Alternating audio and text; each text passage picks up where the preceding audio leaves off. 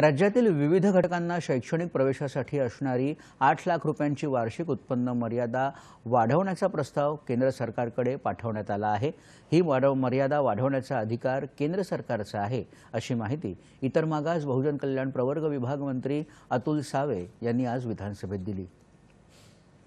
रायगड जिल्ह्यातील बोगस पावती पुस्तकं छापून गौण खनिज वाहतूक परवाने देणाऱ्या कंपनीचं कंत्राट रद्द करण्यात आलं आहे। त्याबाबत आधी उच्च न्यायालयात आणि आता आपल्याकडे सुनावणी सुरू आहे।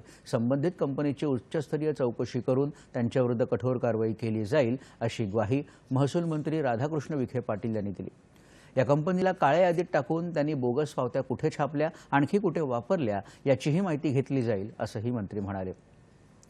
2013 सालच्या नवीन भूसंपादन कायद्याबाबत देशातील विविध उच्च न्यायालयांनी दिलेले निवाडे उपलब्ध करून घेऊन या महिना अखेरपर्यंत या कायद्यात सुधारणा करण्यासाठी कारवाई केली जाईल, अशी ग्वाही महसूल मंत्री राधाकृष्ण विखे पाटील यांनी दिली।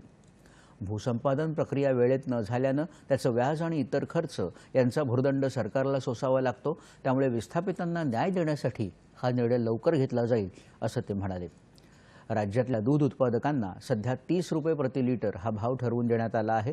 दुधाला कायमस्वरूपी हमी भाव मिळावा यासाठी केंद्र सरकारकडे प्रस्ताव देण्यात आला आहे, अशी माहिती दुग्धविकास मंत्री राधाकृष्ण विखे पाटील यांनी दिली। शेतकरी दुधाच्या 5 रुपये अनुदानापासून वंचित राहणार नाहीत, यासाठी दूध संघानं त्यांना 30 रुपये दर दिल्याची खात्री करून शेतकऱ्यांच्या थेट खात्यात पैसे जमा केले जातील, अशी ग्वाही त्यांनी दिली।